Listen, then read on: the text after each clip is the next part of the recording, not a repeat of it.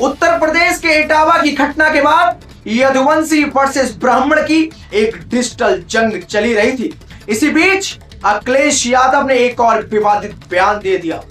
अखिलेश यादव ने कहा कि ब्राह्मण पंडित को बुलाने की सबकी हैसियत नहीं है।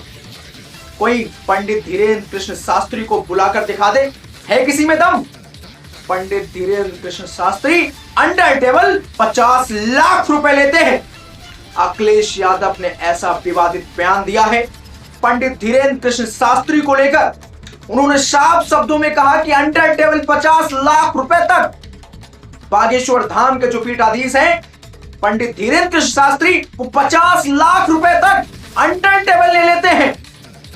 इतने महंगे ब्राह्मण पंडित को कौन बुलाएगा?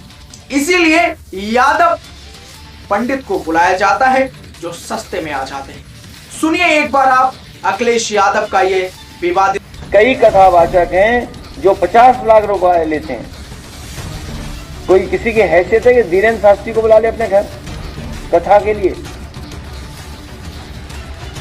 कोई अंडर टेबल लेगा वो बाबा पैसे?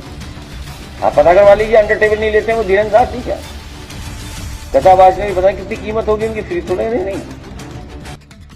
लेकिन पंडित धीरेन्द्र कृष्ण शास्त्री ने पहले ही अपनी कथाओं में बोला है कि वो कथा करने का एक भी रुपया नहीं लेते। वो निःशुल्क कथा करते हैं।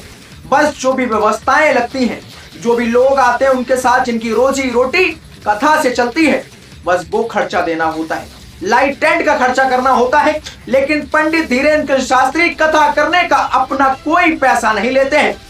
धीरेन्द्र कृष्ण शास्त्री पहले ही अपनी कथाओं में ये बात बोल चुके हैं। लेकिन अखिलेश यादव ने सीधे उन पर इल्जाम लगाते हुए कहा कि 50 लाख रुपए तक अंडर टेबल लेते हैं। उसके बाद एक अलग ही घमासान छिड़ गया। आपको पता होगा पंडित धीरेन्द्र कृष्ण शास्त्री के लाखों फॉलोवर्स हैं। लाखों लोग उनको मानते हैं, उनको सुनते हैं, उनकी कथाओं में जाते हैं और पर्ची से वो लोगों का भविष्य और भूत वर्तमान सब बता देते हैं। और विदेशों तक उनकी कथाएं होती हैं। और पंडित धीरेन्द्र कृष्ण शास्त्री को विदेशों तक लाखों लोग मानने वाले हैं।